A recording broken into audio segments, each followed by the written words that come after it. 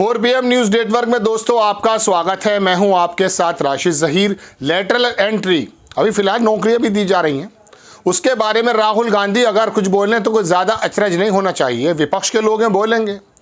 अखिलेश यादव, तेजस्वी यादव अपनी शिकायत दर्ज कराएं, कोई बड़ी बात नहीं है। लेकिन अगर मोदी जी के साथी, मोदी जी का हनुमान भी खिलाफ हो जाएं तब खबर बनती है। मायावती अगर अपने सुर अलग से अलापने लगें तब खबर बनती है।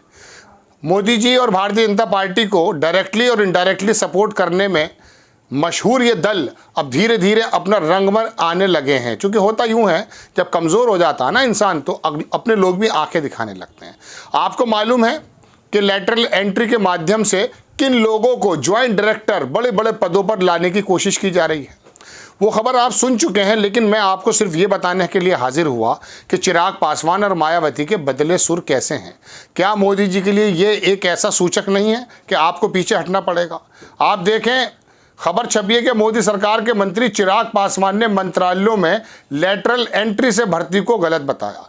जो दर्शक हमारे नए हैं, लेटरल एंट्री को नहीं जानते, वो भी मैं बता दूंगा। 1 से 1.5 मिनट मेरे साथ बने रहिए। लेकिन खबर देखिए कि इन्होंने गलत क्या बताया और मायावती ने क्या कहा है। इन्होंने अपने बारे में कहा है कि लोक सेवा आयोग ने 17 अगस्त को एक विज्ञापन जारी कर केंद्र सरकार के 24 मंत्रालयों में संयुक्त सचिव, निदेशक, उप सचिव के पदों पर लेटरल भर्ती के लिए प्रतिभाशाली भारतीय नागरिकों से आवेदन मांगे गए हैं। अब इसमें कौन कौन लोग जाएंगे वो तो आप अंदाज़ा कर सकते हैं। लेकिन ये यूपीएससी जो है, उसके माध्यम से जो आईएएस अफसर है, ज़रूरत नहीं है कि उसके अंदर आईएएस अफसर हों। इसके अंदर अपने चहेते भी जा सकते हैं। अब इन लोगों में कितने लोग आरक्षण में के माध्यम से एससी के, ओबीसी के, एसटी के जाएंगे, ये एक सवाल बनता है। और ख़ास बात यह है कि जब ये ज्वाइंट डायरेक्टर और बड़े बड़े पदों पर आने वाली की बात होती है तो राहुल गांधी की वो बात भी याद आ जाती है कि 90 या 92 या 94 जो सेक्रेटरी चला रहे हैं उसमें कितने एससी हैं, कितने ओबीसी हैं, कितने एसटी हैं। वाकई क्या, एक बात बताइए मुझे, एससी में, एसटी में, ओबीसी में काबिल लोगों की कमी है? हमारा संविधान किसके माध्यम से लिखा था? किसी ब्राह्मण ने लिखा था, किसी वैश्य ने लिखा था। लेकिन बात चल ये रही है कि आपको जब काबिलियत के एतबार से लेटरल एंट्री करानी हो तो आपको ज़्यादातर अपर समाज के लोग नज़र क्यों आते हैं, जो 15% हैं। हालांकि इसके अंदर बाउंडेशन ये नहीं है कि वही लोग आएंगे, कोई भी आ सकता है। लेकिन चुनने की जो प्रक्रिया है वो इस प्रकार की है कि उसके अंदर अक्सर लोग यही दिखाई देते हैं। चलिए, एक तो मैंने चिराग पासवान की, मैं लंबी खबर नहीं बताना चाहता। चिराग पासवान ने बता दिया था ना कि मेरे तो हनुमान, मैं तो हनुमान हूँ और मेरे तो राम हैं। अब वो पलट रहे हैं। मैं आपको थोड़ा सा ये दिखाना चाहता हूँ कि मायावती जी ने भी क्या कहा, और बाकी लोग तो देखिए कह ही सकते हैं। मायावती ने इसके बारे में कहा कि केंद्र में संयुक्त सचिव, निदेशक, उप सचिव के 45 उच्च पदों पर सीधी भर्ती का निर्णय सही नहीं है। यह हालांकि 2 दिन पहले का ट्वीट है, लेकिन मैं आपको बताना चाहता हूं कि चिंगारियां अब कहां से आ रही हैं। जो आपको पक्ष और आपके साथ रहने वाले लोग हैं वो भी आपकी कार्यशैली पर उंगली उठाने लगे हैं। क्योंकि सीधी भर्ती के माध्यम से नीचे के पदों पर काम कर रहे कर्मचारियों को पदोन्नति के लाभ से वंचित रहना पड़ेगा। इसके साथ ही इन सरकारी नियुक्तियों में एससी, एसटी, ओबीसी वर्गों के लोगों को उनके कोटे के अनुपात में अगर नियुक्ति नहीं दी जाती, ये संविधान का सीधा उल्लंघन होगा। आगे लिखती हैं, और उन उच्च पदों पर सीधी नियुक्तियों को बिना किसी नियम के बनाए भरना ये बीजेपी सरकार की मनमानी होगी, जो कि गैर कानूनी और असंवैधानिक होगा। ये कहा है मायावती ने। अब मैं आपको दोस्तों बता देता हूँ कि राहुल गांधी क्या कह रहे हैं इसके बारे में। थोड़ा सा ये भी जान लीजिएगा कि क्या चीज़ है। मैंने थोड़ा सा बताया था आपको कि मैं आपको बताऊंगा कि ये एक्चुअली है क्या चीज़। लेटरल एंट्री इतना मान लीजिए सीधे सीधे शब्दों में। अब इसमें भारतीय जनता पार्टी का जवाब भी आया था, साहब ये तो मनमोहन सिंह के समय से हो रहा है।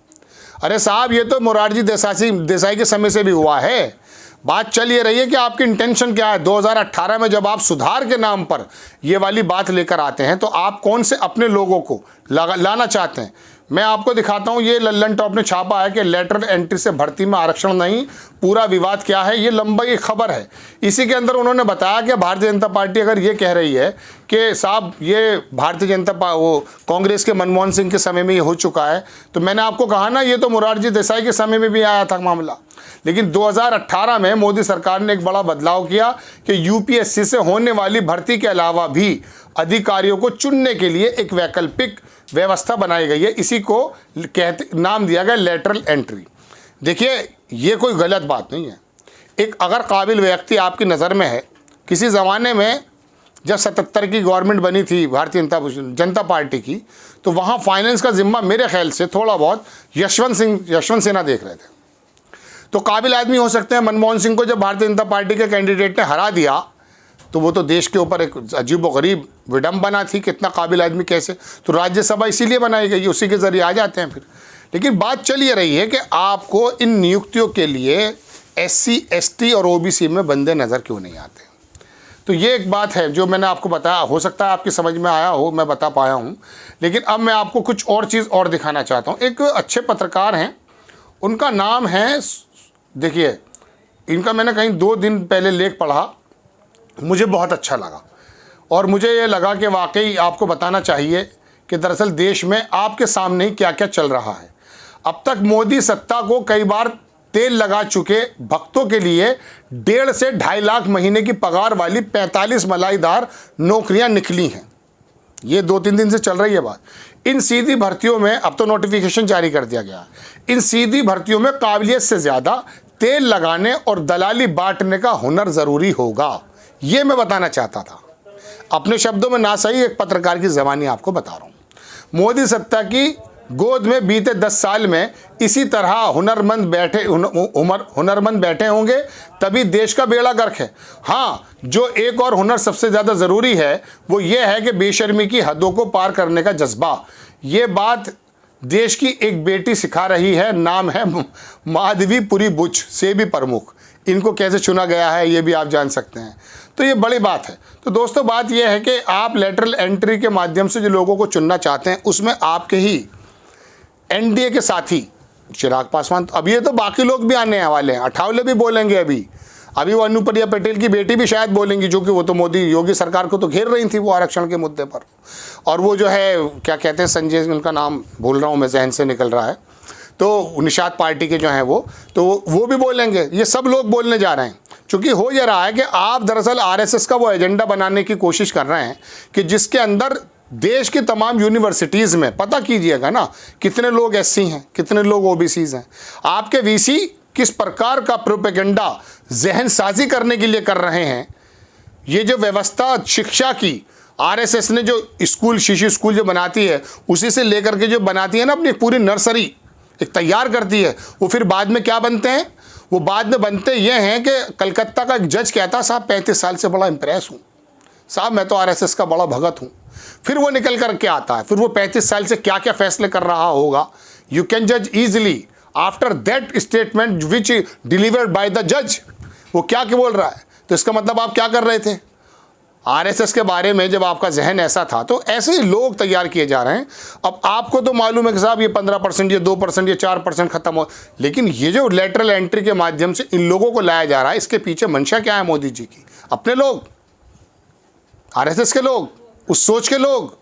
अभी पत्रकार कह रहा है ना कि वो बहुत ज़्यादा कह सकते हैं कि चमचागिरी करके और बिल्कुल। और वो फिर एक बात बताइए, बहुत ही बड़ी बात, इसके साथ मैं बड़ी अलग खबर बनाना चाहता था, लेकिन एक बड़े वकील हैं, पर वो धवन साहब, हाँ भूषण साहब, वो बता रहे हैं कि ये कि 3 साल और 5 साल के बीच में ये बंदा करेगा क्या।